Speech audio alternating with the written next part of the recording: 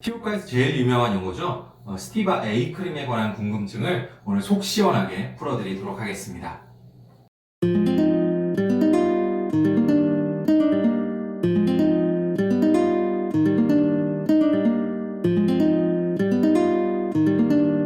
안녕하세요. 피부왕 정윤의 문정윤 원장입니다.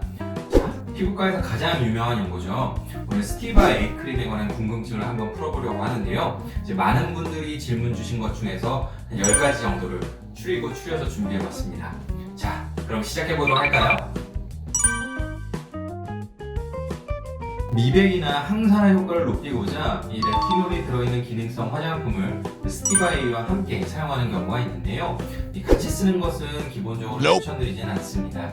이미 스티바 A 자체가 이 레티놀 화장품보다 효능이 훨씬 더 뛰어나기 때문에 같이 쓴다고 해서 크게 효능이 증대되는 부분은 없고요. 오히려 피부가 자극될 찬스만 늘어나게 됩니다. 딱 정해진 건 없습니다. 다만 처음 사용하는 경우에는 피부에 자극이 될 수가 있기 때문에 먼저 기초 화장품을 쓰고 그 다음에 사용할 것을 추천을 드리고요. 일단 피부가 적응하고 나면 먼저 기초 화장품을 쓰기 전에 사용해도 괜찮습니다. 하지만 언제 어떻게 사용하더라도 항상 피부에 자극이 될 수 있다는 점 명심하시고 항상 피부 반응을 살펴보면서 사용을 하시는 게 좋겠습니다. 네, 스티바 A를 꾸준히 장기간 동안 사용해서 피부가 적응된 상태에서는 괜찮지만 그렇지 않은 상태에서 간헐적으로 띄엄띄엄 사용하게 되면 피부가 그만큼 자극되기가 쉽습니다. 따라서 일주 이상의 휴학 기간을 두었다면 평소 바르던 양보다는 살짝 줄여서 바르기 시작하는 것을 추천드립니다. 근데 스티바 A의 성분인 트레티놀은 기체에 의해서 쉽게 분해가 됩니다. 따라서 낮에 바르지 말고 밤에 바르는 게 좋습니다.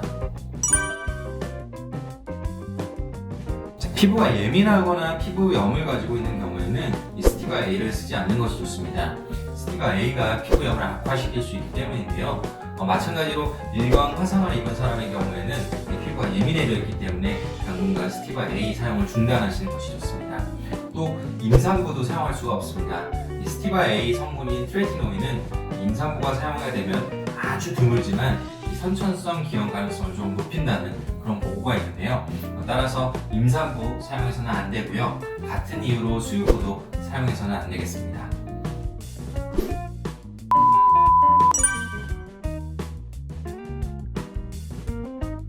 네, 이 어떤 피부과 시술이냐에 따라서 달라지겠지만 대부분의 피부과 시술은 크게 문제는 없습니다. 다만 이 피부과 시술 이후에 일시적으로 피부가 예민해져 있는 상태이기 때문에 이때는 당분간 이 사용을 중단하시는 것이 좋겠고요. 그 이후에 피부가 다 회복되고 나서 다시 재개하는 것이 가장 좋겠습니다. 네, 이 스티바 A는 광노화 치료제긴 하지만 그렇다고 해서 만병통치약은 아닙니다. 얼굴에 있는 주름이나 노화를 깔끔하게 개선시키기는 좀 어렵고요. 실제로 피부과 시술들에 비해서도 당연히 효과는 떨어질 수밖에 없겠죠. 따라서 이 스티바 A를 쓰겠다고 하신다면 너무 과도한 기대감을 갖고 사용하기보다는 꾸준히 쓰다 보면 피부 노화의 속도가 조금 늦춰지겠지 라는 마음으로, 가벼운 마음으로 한번 사용해 보시기를 추천드립니다. 또한 적어도 한 3에서 6개월 이상 꾸준히 장기간 사용해야지 효과를 보실 수가 있습니다.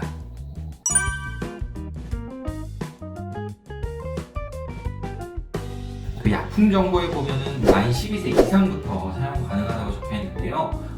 그렇다고 해서 아직 광노화가 본격적으로 시작되지 않은 20대 초반부터 사용하실 필요는 없겠고요. 이 광노화가 진행되고 있는 한 30대부터 사용해보는 것을 권장드립니다. 하지만 피부의 노화 속도는 다 개개인마다 다르기 때문에 일률적으로 언제부터 쓰는 게 좋다 이렇게 말씀드리기는 조금 어렵습니다.